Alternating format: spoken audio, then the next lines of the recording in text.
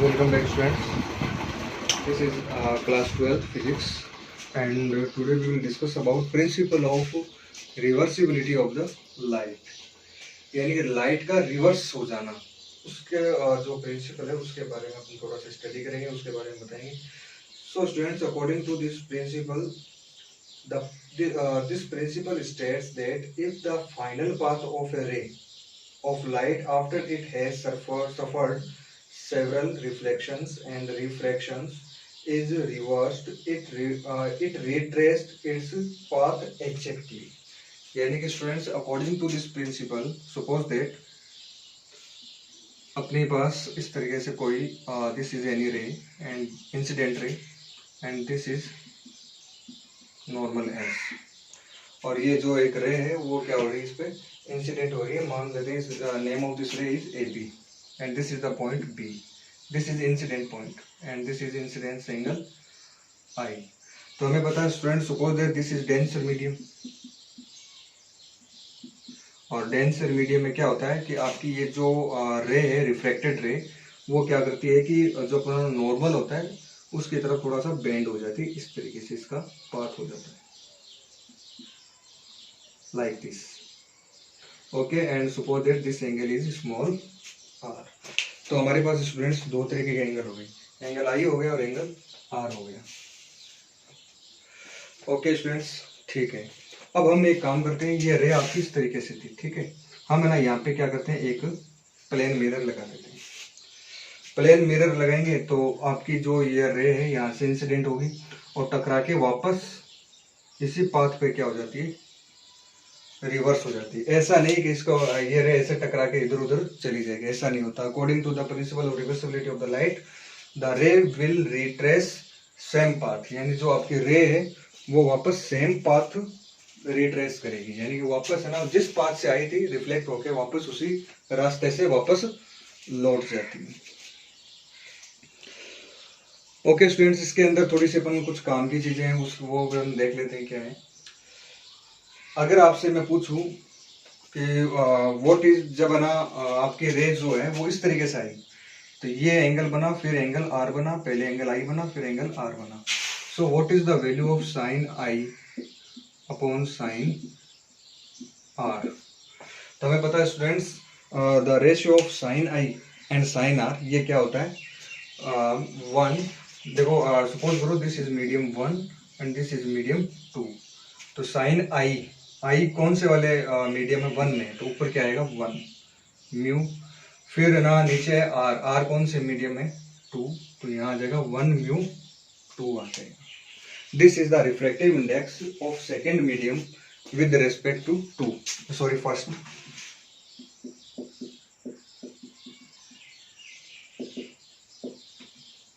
Refractive index of second medium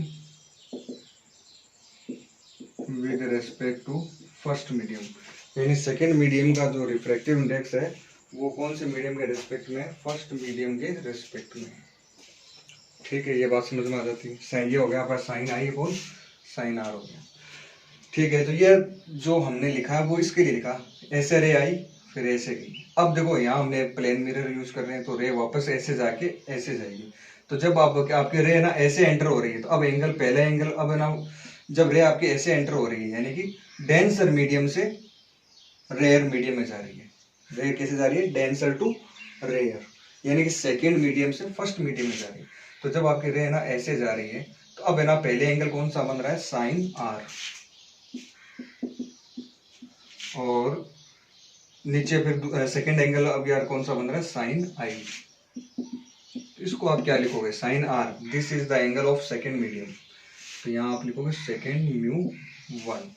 students 2 mu 1 ये क्या चीज है, तो I already told you this is the refractive index of medium first with respect to second.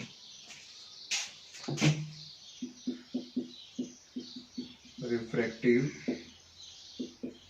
Index of first medium with respect to second medium. Okay students, इन दोनों का अगर अपन multiply करते हैं तो हमारे पास कुछ इस तरीके से आएगा, sine I upon sine R into sine R upon sine I equal 1 mu 2 into 2 mu 1। ये आपस में क्या हो जाएंगे, कैंसिल। तो यहाँ बचेगा आपके पास 1 इक्वल 1 म्यू 2 इंटू 2 म्यू 1। इसको अगर आप इधर लेके आ जाओ तो आ जाएगा 1 अपॉन 1 म्यू 2 इक्वल 2 म्यू 1। तो स्टूडेंट्स, रिफ्रैक्टिव इंडेक्स ये क्या है, 2 ना यहाँ ऊपर लिखना है आपको। रिफ्रैक्टिव ये है आपका, refractive index of medium first with respect to medium second is reciprocal of refractive index of second medium with respect to first. यानी कि इस मीडियम का रिफ्रैक्टिव इंडेक्स इसके रेस्पेक्ट में, इस मीडियम का रिफ्रैक्टिव इंडेक्स है ना वो रेसिप्रोकल होगा किसका, सेकेंड मीडियम के रिफ्रैक्टिव इंडेक्स का। आगे बात समझ। तो ये जो दोनों रिफ्रैक्टिव इंडेक्स है वो दोनों एक दूसरे के क्या होते हैं, रेसिप्रोकल होते हैं, दोनों ही होते हैं एक दूसरे के रेसिप्रोकल। ठीक है, तो ये जो रूल है वो आप लोग हमेशा ध्यान में रखना।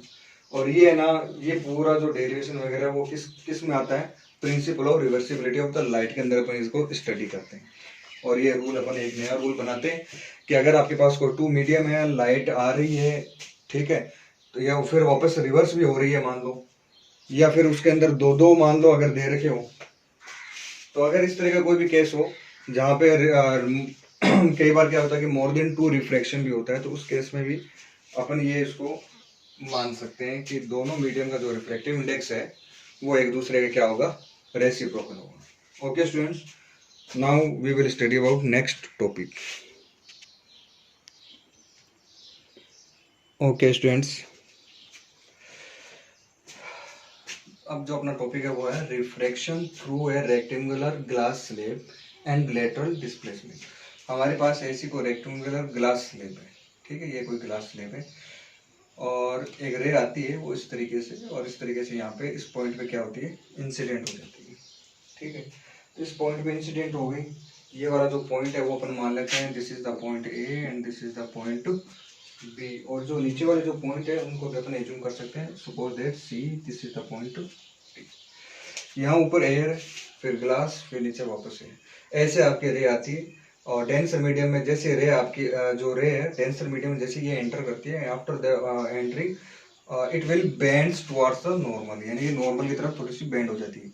When it goes from again denser medium to the rare medium, then it again bends away from the normal, यानी नॉर्मल से थोड़ा सा दूर हट जाती है। तो इस तरीके से यहाँ जो एंगल है वो हमने मान लिया I1 R1, ये जो एंगल I2 है और ये वाला एंगल क्या है, R2 है। ये हमने एक बार के लिए एंगल एज्यूम कर लिया। We don't know these angles are equal और नॉट इक्वल।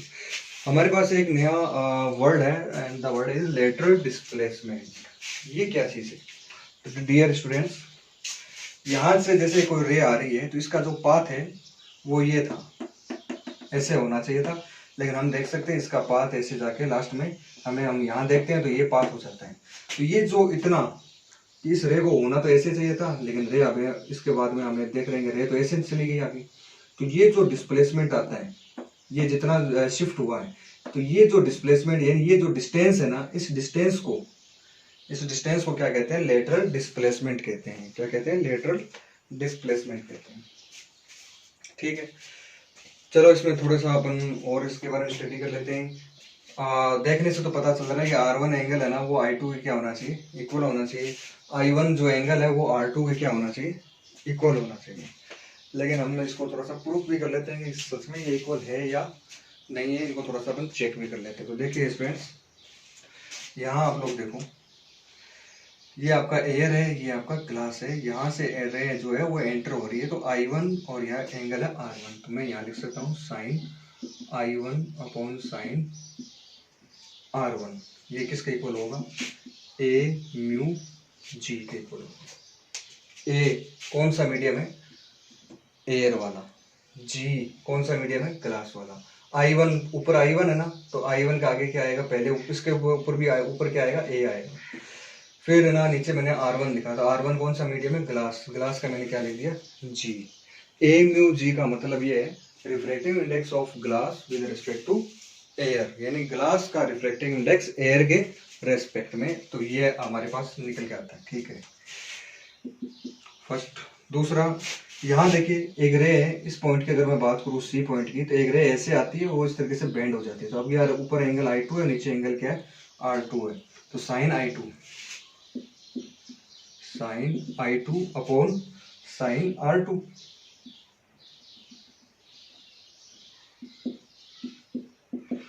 और इसके बारे में देखो, ऊपर I2 है, I2 यानी ग्लास के अंदर है, ग्लास यानी कि G म्यू, और फिर नीचे क्या आ जाएगा, ए आ जाएगा।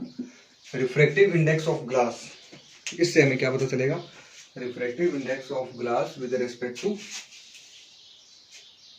Refractive index of air with respect to glass. ठीक है स्टूडेंट्स, चलो फर्स्ट और सेकंड जो इक्वेशन है इनको मल्टीप्लाई करते हैं अपन। मल्टीप्लाई करने पर हमें क्या मिलता है, sine I1 upon sine R1 into sine I2 upon sine R2 equal A mu G into G mu A. इसको इस तरीके से लिख सकते हैं अपन। तो मेरे हिसाब से स्टूडेंट्स आपको ना इसमें कोई प्रॉब्लम नहीं होगी। अभी ना जस्ट अपने एक लास्ट जो टॉपिक था उसमें हमने देखा था 1 म्यू 2 इंटू 2 म्यू 1, वो किसके इक्वल आया था, 1 के इक्वल आया था, कि refractive index of second medium into refractive index of first medium. ये वही तो है सेम। मैंने ए और जी और ए की जगह यहाँ 1 2 और 1 लिख दो, इसको मीडियम फर्स्ट मान लो, इसको मीडियम सेकंड, वापस इसको मीडियम फर्स्ट मान लेना। तो यहाँ 1 और 2 आएगा, यहाँ पे 2 इंटू और 1 आएगा, तो इन दोनों मल्टीप्लाई किसके इक्वल होता है, हमेशा 1 के ही इक्वल आएगा। तो स्टूडेंट्स यहाँ अगर ये 1 के इक्वल आ रहा है तो मैं इसको 1 के इक्वल लिख सकता हूँ, यानी कि ये दोनों के आपस में, आप ऐसे समझ लो इसको, A mu G is equal to 1 upon G mu A. Glass का रिफ्रैक्टिव इंडेक्स एयर के रिफ्रैक्टिव इंडेक्स का रेसिप्रोकल है। ग्लास का रिफ्रैक्टिव इंडेक्स एयर के रिफ्रैक्टिव इंडेक्स का रेसिप्रोकल है। ठीक है, तो इसके जगह अपन 1 लिख देंगे यहाँ पे। तो यहाँ मैं लिखूंगा sine I1 upon sine R1 sine I2 upon sine R2 is equal to 1। ठीक है, अब देखो इसको सोल्व करने पे 1 आ रहा है, तो ये कैसे हो सकता है। देखो I2 और R2 ये दोनों एंगल तो देखो कभी मरे ही, ये मतलब किसी भी कंडीशन में ये दोनों एंगल जो है वो इक्वल नहीं हो सकते। कौन से दो एंगल, I2 एंड R2, ये दोनों एंगल किसी भी हालत में क्या नहीं हो सकते, इक्वल किसी भी हालत में नहीं होंगे। ठीक है, ये बात समझ में आ गई। तो फिर क्या हो सकता है, ये दोनों इक्वल नहीं हो सकते, ये दोनों फिर कैंसिल कैसे हो सकते हैं, जब I2 है ना वो किसके इक्वल हो, R1 को। तो ये कब पॉसिबल है, अगर 1 आ रहा है तो इसका मतलब R1 किसके इक्वल है, I2 के इक्वल है, एंड I1 है वो किसके इक्वल होना चाहिए, R2 के इक्वल होना चाहिए। अगर ये दोनों इक्वल है और ये दोनों इक्वल है तभी एक दूसरे से कैंसिल हो गए, और इक्वल में फिर क्या आएगा हमारे पास, 1 आएगा, otherwise this is not possible. तो ठीक है स्टूडेंट्स, अब हमें समझ में आ गया कि ये जो I1 एंगल है ये आपका R2 एंगल के इक्वल होगा, और R1 है ना वो किसके इक्वल होता है, हमेशा I2 के एंगल का। ठीक है स्टूडेंट्स, इस टॉपिक में इतना ही होगा। अब नेक्स्ट जो टॉपिक है उसमें अपन क्या करेंगे, लेटरल डिस्प्लेसमेंट है ना वो मुझे फाइंड करना है कि ये कितना है लेटरल डिस्प्लेसमेंट, इसका क्या फॉर्मूला बन सकता है कि हम ये जो लेटरल डिस्प्लेसमेंट है ना ये अपन फाइंड कर सकें।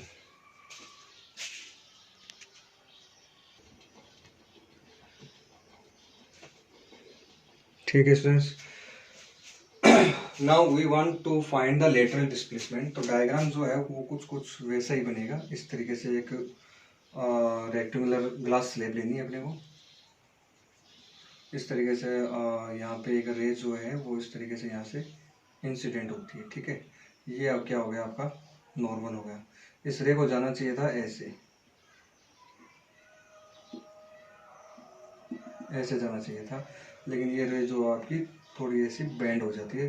दिस इज अनदर नॉर्मल, फिर यहाँ से ये ऐसे हो जाती है। और ये जो है इसके बारे में मैंने आपको बताया था, this is the lateral displacement.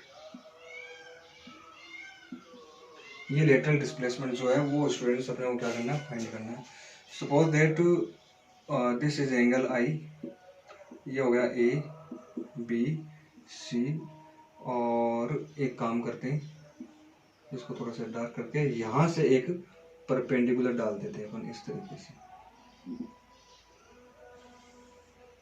This is 90 degree angle, और इस लाइन को भी थोड़ा नीचे की ओर इंक्रीज कर देते हैं।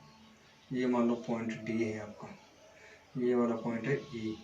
ये वाली जो ये वही तो है लेटरल डिस्प्लेसमेंट, इक्वली तो है, तो ये फाइंड करना अपने को। तो ये लेटरल डिस्प्लेसमेंट फाइंड करने के लिए इसको मैंने मान लिया एक्स है। लेटरल डिस्प्लेसमेंट कितना है, एक्स। अच्छा, ये एंगल आई है, तो ये वाला एंगल क्या होगा, आर। अच्छा, ये वाला जो एंगल है वो क्या होगा आपका, आई माइनस आर। इस तरीके से आपका है ना एक डायग्राम, मैंने नया डायग्राम बनाया है यहाँ पे। अच्छा, इस रे का जो पाथ है वो होना चाहिए था ये वाला पाथ, दिस वन, बट ना रिफ्रैक्शन के बाद में इसका पाथ ऐसे हो जाता है, यानी कि थोड़ा सा लेटरली ये ना जो रे है वो क्या हो जाती है आपकी, डिस्प्लेस हो जाती है। हमें ये ना डिस्प्लेसमेंट कितना होता है, इसका क्या कोई फॉर्मूला वगैरह अपन बना सकते हैं, उसके बारे में अपने को क्या करना है स्टूडेंट्स, स्टडी करना है। तो यहाँ से देखिए students, this is a right angle triangle, ये तो इन बी सी ई, तो in right angle triangle B C E, ये जो बी सी ई ट्राइंगल है इसमें ना आई माइनस आर, इसको हमने क्या ले लिया, एक्यूट एंगल लिया। तो अगर मैं आपसे पूछूं what is the value of sine I minus R, तो स्टूडेंट्स आपको पता है साइन थीटा वही P B P upon H H B.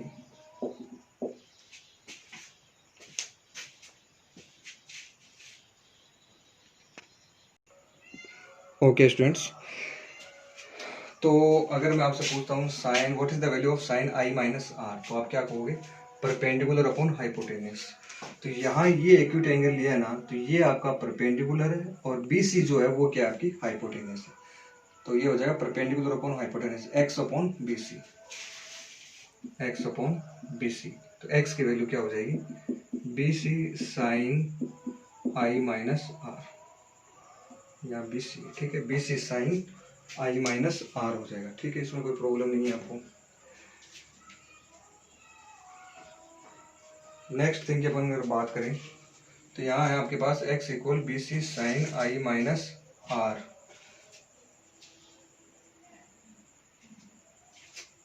Okay students, अब ना अपन बात करते हैं सेकेंड वाला जो ट्राइंगल। तो स्टूडेंट्स अब अपना सेकेंड वाला जो ट्राइंगल है इसकी बात करते हैं, कौन सा, in triangle B C D, in triangle B C D. अगर मैं इस ट्राइंगल की बात करूं तो इसमें यहाँ पे मेरे एक पास एक्यूट एंगल है आर। चलो कोस आर की वैल्यू बताओ, तो आपको पता है कोस की वैल्यू क्या होती है, पर बेस अपॉन हाइपोटेनस। तो इसमें बी डी जो है, जो स्मॉल आर है, इसके सामने की वाली वैल्यू जो है वो क्या है, सामने इसके जो सामने वाली जो वैल्यू है वो आपकी क्या होती है, परपेंडिकुलर होगी। यहाँ पे जो एक्यूट एंगल है स्टूडेंट्स वो अपने क्या लिया है, ये लिया है, ठीक है। ये जो ग्लास स्लैब है ना, इसको मैं मान लेता हूँ इसकी जो थिकनेस है वो कितनी है आपकी, टी है, ठीक है। तो कोस आर की अगर वैल्यू पूछा जाए तो बेस क्या आपका बी डी अपॉन हाइपोटेनस क्या है, B C. B D students, ये बी डी वो किसके इक्वल है, टी के इक्वल है। So I can write here small T.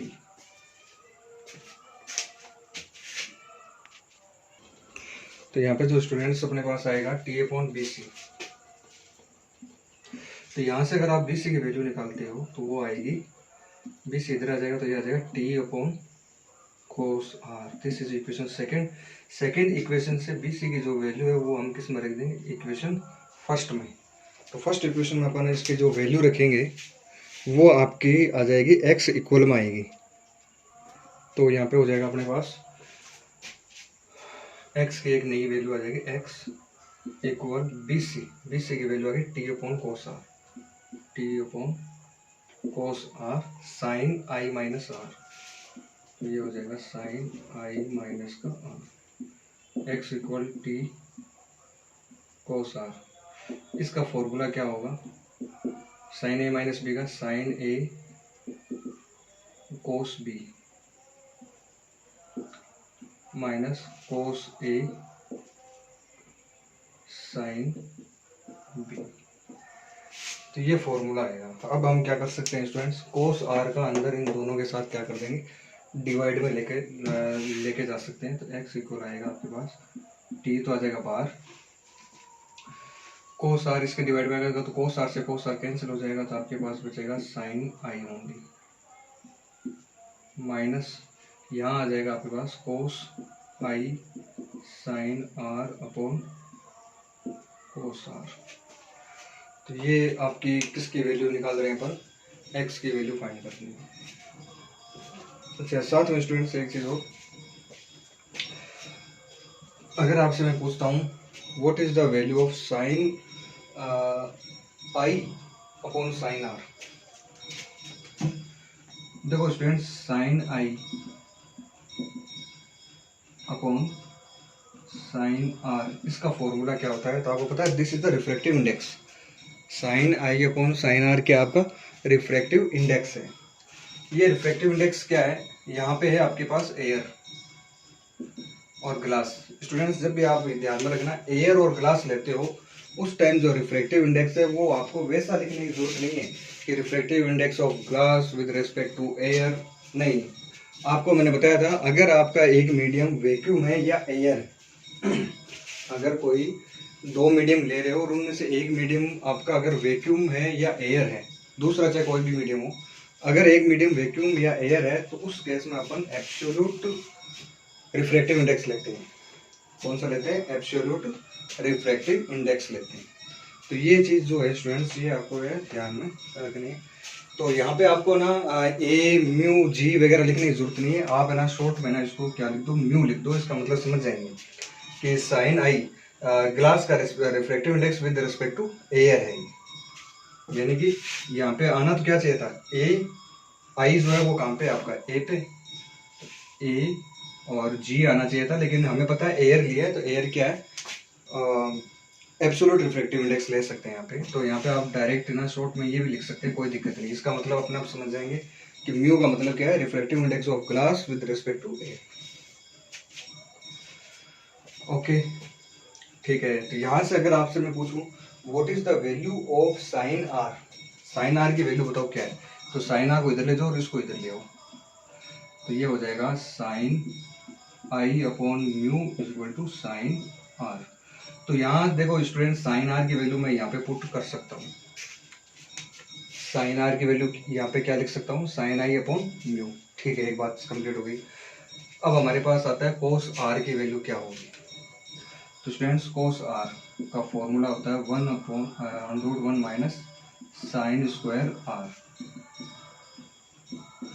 Sign R की वैल्यू क्या है, साइन आई अपॉन म्यू, तो स्क्वायर है तो sine square I upon mu का स्क्वायर। तो ये कोस आर की वैल्यू आ गई, वो वैल्यू हम रख देंगे यहाँ पे। तो स्टूडेंट्स, ये एक्स की जो वैल्यू है वो क्या आएगी अपने पास, T sine I minus cos I sine R की वैल्यू क्या है, साइन आई अपॉन म्यू, तो sine I upon mu. Cos R की वैल्यू देखो ये रही, ये कोस आर के इक्वल है, तो ये कोस आर की जगह लिख देते हैं।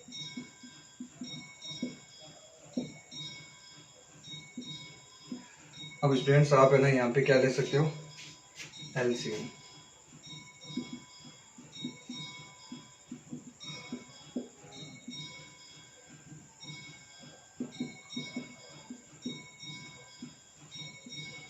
एलसीएम आएगा म्यू का स्क्वायर, तो यहाँ आ जाएगा म्यू स्क्वायर माइनस का साइन स्क्वायर आई। म्यू स्क्वायर अंडर रूट से बाहर आएगा, तो बाहर आके क्या बन जाएगा म्यू, और इस म्यू से ये म्यू कैंसिल हो जाएगा। This is the final, sorry bracket यहाँ पे मैंने गलत लगा रखा है, नहीं सही है, ये ब्रैकेट के अंदर का टी बाहर था आपका, ठीक है। ये तो आपका फाइनली ना ये फॉर्मूला बनता है, ठीक है। तो इस फॉर्मूला, अच्छा यहाँ से आप देखो म्यू से म्यू कैंसिल हो जाएगा, साइन आई, यहाँ पे भी साइन आई, तो इस साइन आई को क्या है कि आप बाहर कॉमन ले सकते हो, तो X equal T sine I, अंदर बचेगा 1 minus cos I upon under root mu square minus sine square I, ये आ जाएगा। Okay student, this is the final formula to find the displacement of X. अब है ना, ये डिस्प्लेसमेंट मैक्सिमम कब होगा, जब आपका आई जो है वो कितना होना चाहिए, आई क्या होना चाहिए, साइन 90 की वैल्यू क्या होती है, मैक्सिमम होती है, वो क्या होती है, 1 होती है। अगर आपका साइन आई जो है अगर वो अगर 90 है तो x क्या होगा, आपका मैक्सिमम आएगा। यहाँ पे 90 रखो, x इक्वल टी साइन 90 की वैल्यू 1, छोड़ देना इसको, 1 माइनस कोस 90 की वैल्यू क्या होती है, 0, कोस 90 की वैल्यू 0, तो ये पूरा क्या हो जाएगा, यहाँ पे 0 हो जाएगा। तो x है ना मैक्सिमम, वो किसके इक्वल हो सकता है, इस डिस्प्लेसमेंट के, यानी ज्यादा से ज्यादा है ना ये डिस्प्लेसमेंट है ना, ये किसके इक्वल हो सकता है, ये जो आपकी स्लैब की जो थिकनेस है उसके इक्वल हो सकता है, लेकिन उससे ज्यादा कभी नहीं होगा, उससे ज्यादा कभी नहीं होगा। Okay student, thank you, next day next topic next video lesson में करेंगे। Thank you, next day.